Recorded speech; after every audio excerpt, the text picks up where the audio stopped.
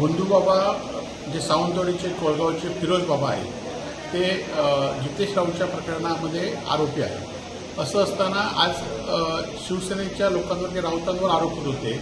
आज संजू परबसुद्धा ह्या बंधूबाबांकडे अनेक लोकांना, राजकीय लोकांना, सत्ताधारातल्या त्यांच्या पक्षातल्या लोकांना अनेक वेळा गेले, त्याचे फोटोसुद्धा व्हायरल झाले आणि त्याचाच एक भाग म्हणून त्यांनासुद्धा चौकशीला आणलेली आहे.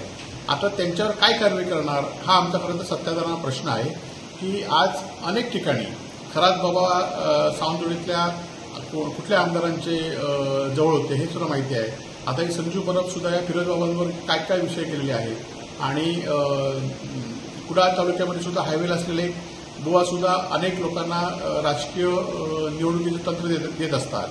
खरं तर सिंधुदुर्ग जिल्हा हा देवदेवतांचा जिल्हा आहे. यामध्ये अनेक आध्यात्मिक गुरु होऊन गेलेले आहेत.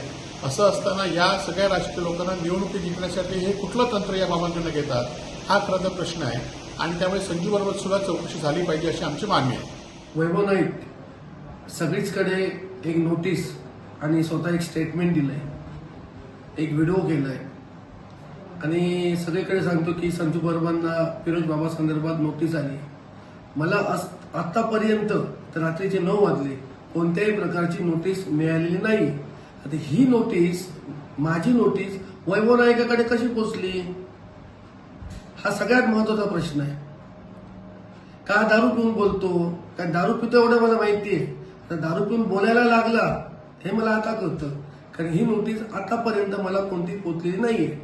जेव्हा नोटीस येईल तेव्हा मी त्याचं उत्तर देईन. एवढंच मला ठिकाणी सांगायचं आहे. मी काही जास्त बोलणार नाही. मला नोटीस आली नाहीये त्याच्यामुळे काय बोलू इच्छित नाही. आणि त्याने जो कोणती जी नोटीस देतोय ती काय त्याने स्वतः तयार केली ते मला पहिलं बघितलं पाहिजे. त्याच्यामुळे जोपर्यंत नोटीस येत नाही तोपर्यंत मी त्याच्यावर अधिक काय बोलू इच्छित नाही. फिरोज बाबा जे काही कोण लोक असतील, आम्ही मतदानासाठी फिरत असतो. काही लोक ग्रुपमध्ये येऊन आम्हाला बुके देतात, त्याच्यावर आम्ही काय बोलणार. कोणाला आम्ही बुके नाकारू शकत नाही. कोणी फुलं दिली तर आम्ही घेत होती. याचा अर्थ त्याच्या कारणाशी आमचा काय संबंध नसतो.